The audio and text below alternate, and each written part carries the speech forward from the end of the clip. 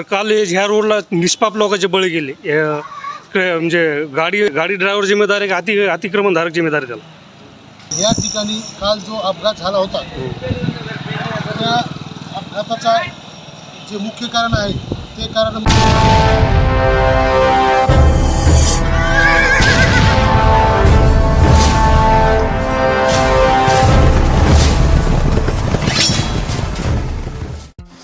मंठा शहरातील मुख्य रस्त्याप्रमाणेच असलेल्या मंठा तालुक्यातील नागरिकांचे आराध्य दैवत असलेले आई जगदंबा देवी मंदिराकडे जाणारा रस्ता. सदरील रोडचे उत्तम प्रतीचे काम शासनाकडून नुकतेच करण्यात आले व सदरील रस्ता रहदारीकरता खुला करण्यात आला, परंतु आज परिस्थितीमध्ये हा रस्ता अतिक्रमणाच्या विळख्यात सापडल्याचे निदर्शनास येत आहे. सदरील अनधिकृत वाहने, हातगाडे तसेच इतर अतिक्रमणाचा मोठा गंभीर प्रश्न मंठा शहरासमोर उभा आहे.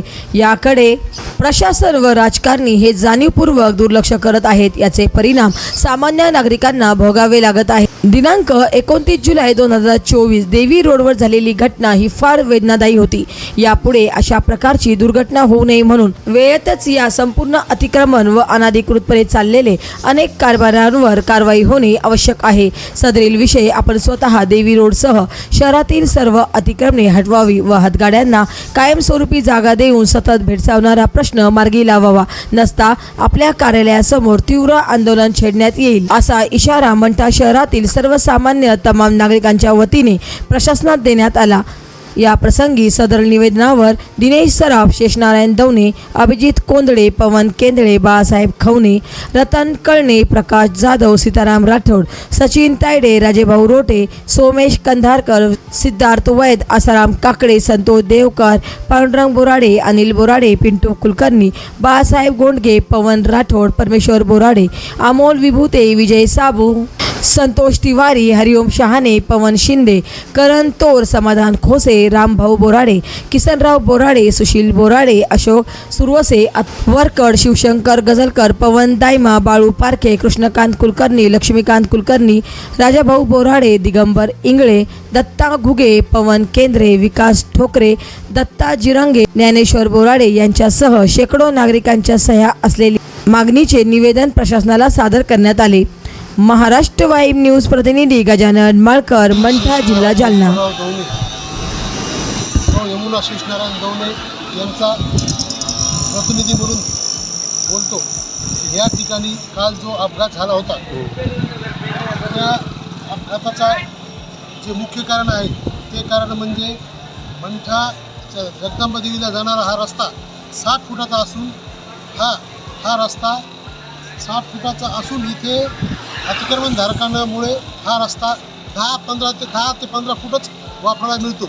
अतिक्रमणधारकामुळे हा अपघात झाला असं मला म्हणायचं आहे.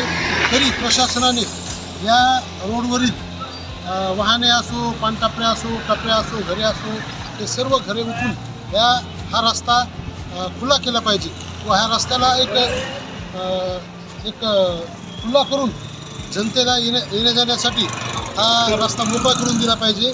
या रस्त्यावर मंठा जगदंबा देवी रोड, मंठ्याचे आराध्य दैवत, त्यानंतर मंठ्याचे तहसील कार्यालय, त्यानंतर मंठ्याचे कोर्ट, त्यानंतर पंचायत समिती, आणखीन पुन्हा कस्तुरबा गांधी शाळा, आणखीन ITI कॉलेज, अशी बरीच कार्यालय आहेत की ह्या रस्त्यावरून जावे लागते.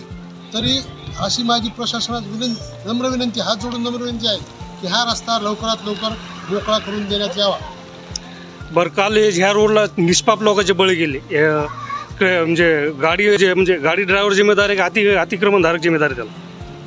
काल ह्या रोडवर जो झालेला अपघात आहे 4 जणांचा एकूण बळी गेलेला आहे. तरी ह्या मृत्यू झालेल्या बळीचे मूळ कारण वाहनधारक तर आहेच, पण त्याच्या बाजूला जे अतिक्रमण आहे व रस्त्यावर उभा राहणारे वाहने असो की रस्त्यावर उभा राहणारे जे गाड्या असो, ही मुख्य कारण त्याच्यामुळे असल्यामुळे हा वाहनधारकाचा ताबा सुटला व ताबा सुटल्यानंतर तो हा अपघात घडला. अपघातामुळे 4 जणांचे बळी गेले. ह्या रोडला शाळा कॉलेज पण आहे, हे खरं आहे का? ह्या रोडला रेणुका महाविद्या मंदिर एक सर्वात जास्त पटसंख्येचे विद्यालय आहे व DED कॉलेज पण आहे. या ठिकाणी विद्यार्थी येणे जाणे करतात आणि कस्तुरबा गांधी हे पण विद्यालय आहे. लहान मुले येणे जाणे करतात, तरी या रोडला महत्त्वाचं स्पीड ब्रेकर पण असणे हे अत्यंत आवश्यक आहे. तरी माझी नगरपंचायत प्रशासनास विनंती आहे की ह्या रोडला स्पीड ब्रेकर हे लवकरात लवकर बसवावे. आता ह्या कामं चालू आहेत, या रोडला कामं चालू आहेत, प्रशासन याला नोटीस देणार आहे का नाही? नगरपंचायत प्रशासनाला माझी ही एक हात जोडून नम्र विनंती आहे, यांनी लवकरात लवकर अनधिकृत बांधकामास नोटीस देऊन बांधकामे पाडण्यात यावी किंवा स्थगित करावी व लवकरात लवकर याच्यावर निर्णय घेणे योग्य ठरेल. ठीक.